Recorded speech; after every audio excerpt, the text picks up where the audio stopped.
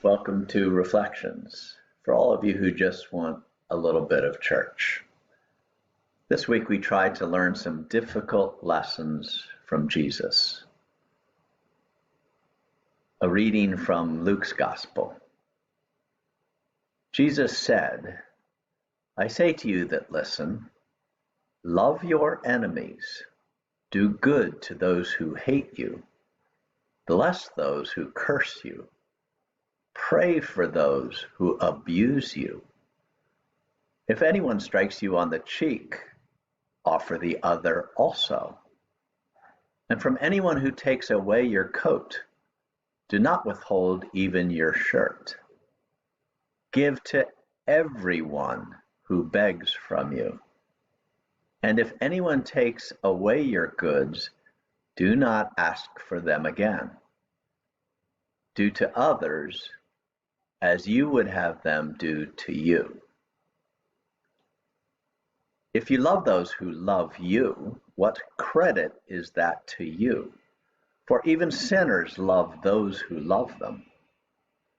If you do good to those who do good to you, what credit is that to you?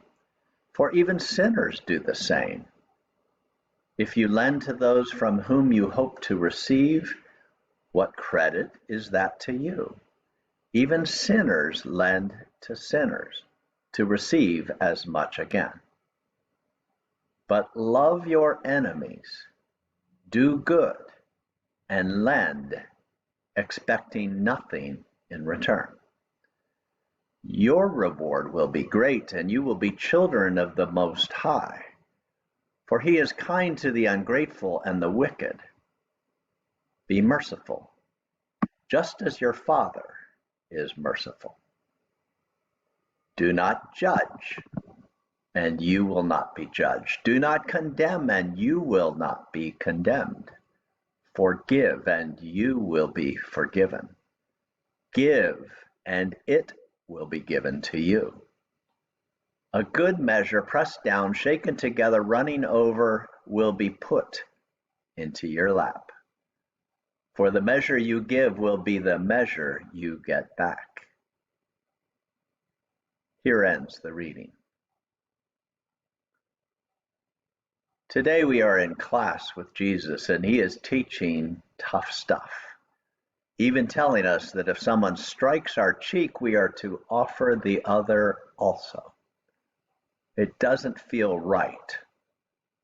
It doesn't feel just to allow someone to hurt you or me or one of our loved ones. And as one with training in capitalism, how can I expect nothing in return for use of any of my assets? And loving one's enemies, what is that about? Does Jesus mean that I need to love those who hate me and my beliefs? Should we have turned the other cheek at Pearl Harbor? When the Jews were persecuted by the Nazis, should we have turned our cheek? If someone murdered your child, would you be able to go to the family of the murderer and comfort them? The closest I can come to understanding Jesus' teachings today is the event of Nickel Mine School, where, as you remember, a mentally ill man killed 3 Amish girls and injured 7 others in their one-room schoolhouse, and then committed suicide. The Amish community went to the home of the murderer and consoled the murderer's wife and forgave her and him. The event garnered national attention. Forgiveness seems so foreign to all of us in such a horrific moment as murder. Only a faith-filled community could keep their eye on God and heaven in a crisis moment like this. They knew that God was and is the ultimate judge, and it was not their place nor the right time for them to judge. They believe that he will measure each of us and condemn us appropriately. The measurement we should seek is on our love for those who hate us and our blessings for those who curse us, and our loving and praying for those who abuse us in any way. I invite you to join me this week in praying for and loving those whom we least in our lives. Those family members or friends who provoke our anger and with their words or actions.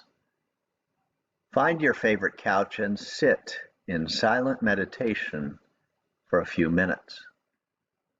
Then imagine that the person you like least in life is sitting next to you with their shoulder touching yours, and in total silence. This mirrors our exercise last week when I invited you to imagine Jesus sitting next to you, touching shoulders. For me, I imagine a family member who has hurt me deeply with both words and actions. And it is hard for me to even remember a happy time with that individual because there are so many bad memories and difficult emotions. But sit there I will and imagine that there is a warmth between the touch of our shoulders, like I felt with Jesus last week. Suddenly, I feel a healing warmth that is not imaginary but real, because I sense that Jesus is present too. No different than a healing balm on an open wound. My body becomes less tense and I feel more alive. If you have any experiences with healing relationships with those you have previously abandoned and pushed off, please share them with me at my email at andy@stjameslancaster.org. Jesus' teachings are difficult. I think he is suggesting that only through a love for those least like us, a love that seems unnatural, can we truly find, a loving God who will welcome us and those difficult individuals into his home with outstretched hands, and forever celebrate with us in his kingdom. Amen. Please join me in the Lord's Prayer. Our Father, who art in heaven, hallowed be thy name. Thy kingdom come, thy will be done, on earth as it is in heaven. Give us this day our daily bread, and forgive us our trespasses, as we forgive those who trespass against us. And lead us not into temptation, but deliver us from evil. For thine is the kingdom, and the power, and the glory, forever and ever. Amen. In lieu of music today, I share with you a sermon of Martin Luther King Jr. He shares his thoughts about the creative and redemptive power of loving our enemies.